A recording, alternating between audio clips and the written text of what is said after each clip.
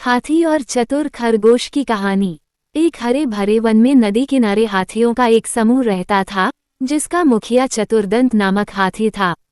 वर्षों से वह समूह उस वन में सुखमय जीवन व्यतीत कर रहा था। किंतु एक समय वन अकाल की चपेट में आ गया। नदी का जल सूख गया, वन की हरियाली चली गई और हाथी भूख प्यास से मरने लगे। इस विपत्ति से निकलने की प्रार्थना लिए सभी हाथी अपने मुखिया चतुर्दंत के पास गए और बोले, गजराज, इस अकाल की स्थिति में यदि हम और अधिक इस वन में रहे तो काल का ग्रास बन जाएंगे। यहाँ भूखे प्यासे रहना दुष्कर है। कृपा कर किसी अन्य स्थान की खोज करें जहाँ जल स्रोत और हरियाली हो। चतुर्दंत विचार मग्न हो गया। कुछ देर विचार करने के बाद वह बोला, यहाँ से कुछ दूरी पर एक तालाब है जो पूरे वर्ष जल से परिपूर्ण रहता है। हमें वहीं चलना चाहिए। कल प्रातःकाल ही हम सब उस तालाब की ओर प्रस्थान करेंगे। अगले ही दिन सभी हाथी उस तालाब की ओर चल पड़े। 5 दिन और 5 रात की यात्रा पूर्ण कर वे वहां पहुंचे। जल से पूर्ण तालाब को देख वे बहुत प्रसन्न हुए और दिन भर वहां क्रीड़ा करते रहे। संध्या होने पर वे बाहर निकले और वन में चले गए। तालाब के किनारे खरगोशों की बस्ती थी, जिसमें उनके असंख्य बिल थे।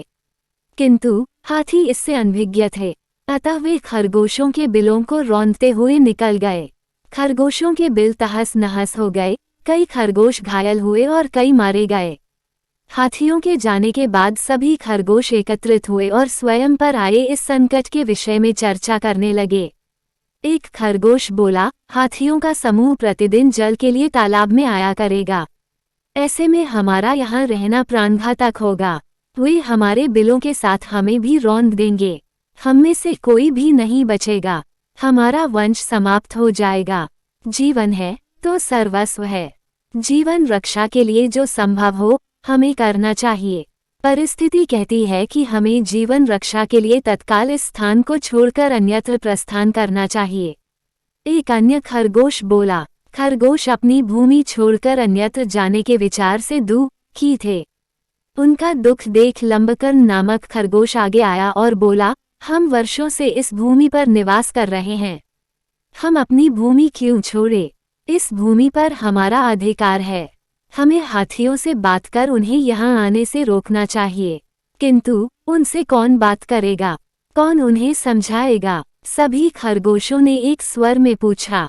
मैं उनसे बात करूंगा और यहाँ आने से मना करूंगा।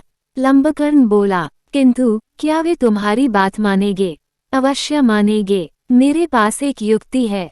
मैं उनसे कहूंगा कि ये तालाब चंद्रमा में बैठे खरगोश का है और उसने आप लोगों का यहाँ आने से मना किया है। संभवतः वे मेरी बात मान जाए। लंबकर्ण बोला। अगले दिन लंबकर्ण हाथियों के मुखिया से मिलने तालाब के मार्ग में स्थित एक ऊंचे टीले पर बैठ गया।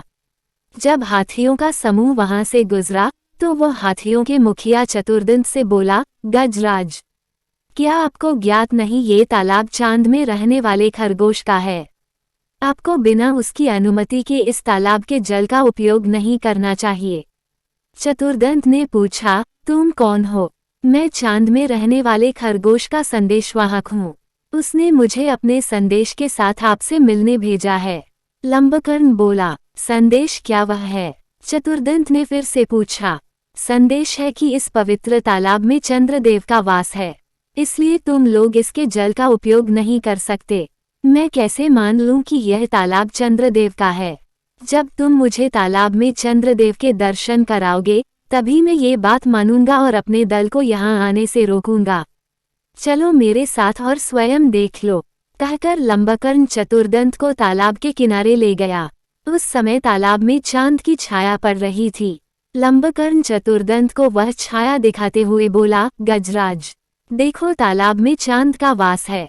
अब तो मेरी बात मान लो। चांद की छाया को चंद्रदेव समझकर चतुर्दंत ने उसे प्रणाम किया और वहां से लौट गया। उसके बाद उस तालाब में हाथियों का समूह कभी नहीं आया।